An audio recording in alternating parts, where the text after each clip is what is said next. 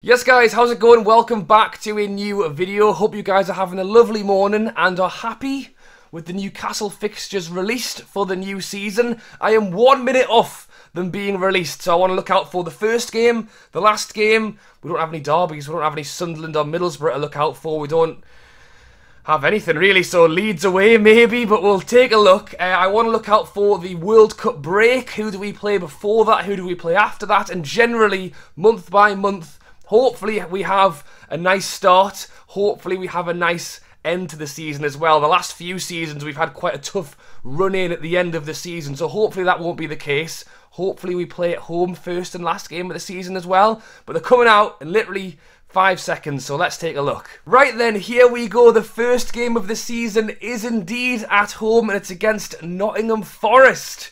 Wow, first home game back will be fantastic. Hopefully we can get a few signings through the door and really get that game going. Nottingham Forest, obviously a promoted side. I do sometimes worry about playing promoted sides right at the start of the season because they come up, they've got a lot of confidence, they're going to want to come to St James's Park and beat us. So it's not often the best time to play a promoted side, but saying that, I'm hoping we have what it takes to get 3 points straight off the bat. And then we go down to Brighton away for the second game, which again, it's a long trip, but that is not bad at all. It turns a little bit tougher coming at the end of August with Man City at home. You know what, if we can pick up 2 wins in a row off the first 2 games, Man City are a very good side, but there's nothing to say at St James's Park. We could maybe grab something there. Then it goes into Wolves away, then Liverpool away. 2 back-to-back away games. I think will be tough. 2 tough games there. Let's skip into the end of the season. I mean, that that May month is looking a little bit tasty, if I'm honest. Chelsea away, last game of the season. That will be a tough one. Again, who knows what happens next season? Could we be fighting for top 10? Top 8 or 7 or maybe even a little bit higher, who knows. Chelsea no doubt will be likely fighting for a top 4 finish, if not maybe even trying to get involved in the title race, so that game could be big depending on how the seasons of both teams go. I mean, Leicester, the game before that at home, that's not too bad. Obviously we had a great game against them this season, so I'd like to see something similar. Bruno last minute goal again, please. Leeds away, and then Arsenal. I would say those are 4. Obviously, the Chelsea and Arsenal games are going to be tough, but I mean, we beat Arsenal, we beat Leicester, and again, the Leeds away, we won Leeds away as well this season. So that month doesn't look too bad compared to the one we had at the end of last season. Let's take a look at this FIFA World Cup break. So we have November where we play Southampton away and Chelsea at home. So 2 tough games leading into that break. Then we've got a month off. God, it's so frustrating that it's been moved to the winter. I mean, I guess it's something different to experience having that World Cup mid-season, but have you seen the sun outside? We could have been out there right now enjoying this football, so that is very annoying. And I think having to go all the way down to Southampton and then, you know what, maybe it's a good thing. A big blowout final home game against a good Chelsea side. Maybe we can get something there. And then on the return, Leicester away, Leeds at home.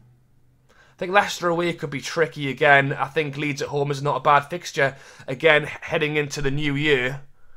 Leicester on Boxing Day, away as well. My missus will be happy because it's her birthday on Boxing Day. So if it's a home game, then I'm having to juggle them both. But if it's away, then it just means I won't be at Leicester this season.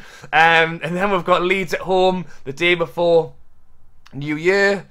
And it looks like the Arsenal game's been put on the day, not actually New Year, the day after, away. And then heading into Fulham and Crystal Palace. So that January month is full of London games.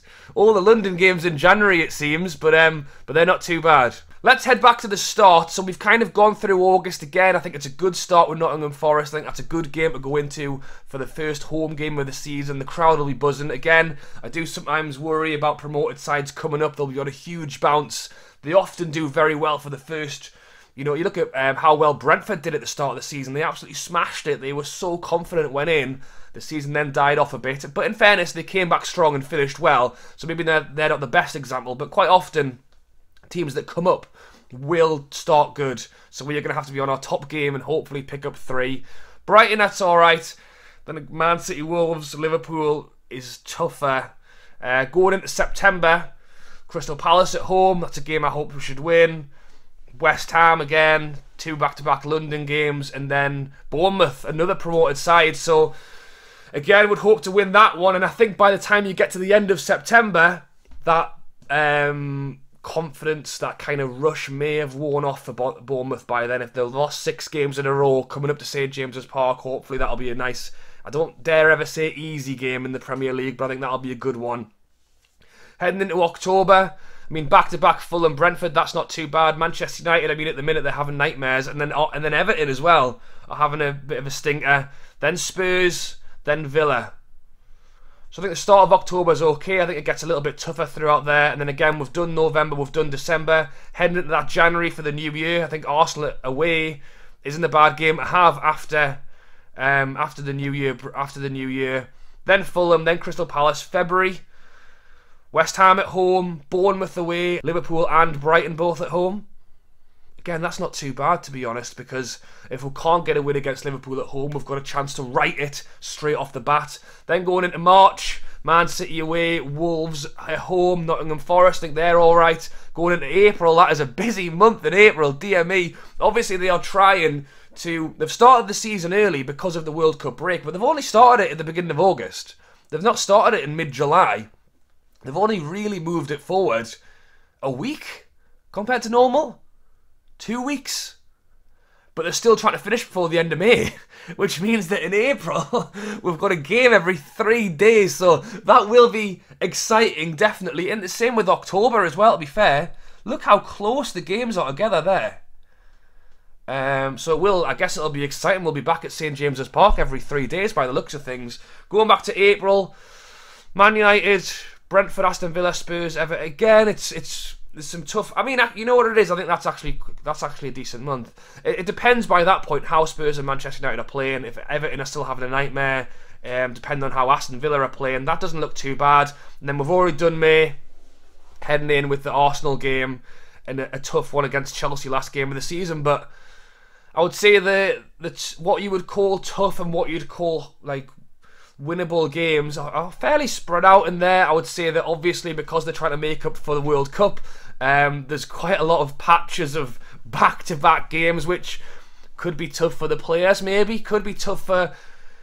You know, it's going to be tougher for a squad like Newcastle who have got less depth. Hopefully we're going to try and fix that this summer, but it will be harder for a team like Newcastle who have got less depth compared to a team like Man City, who I was going to say I've got 2 teams. I think they've got about 3 teams at this point. They can literally rotate every 2 days and still have a top side. It'll be interesting for the title race. A team like Liverpool, who maybe don't quite have the depth that Man City have, are they going to be able to play those first-rate players every single game if they're having to play it every 2 days?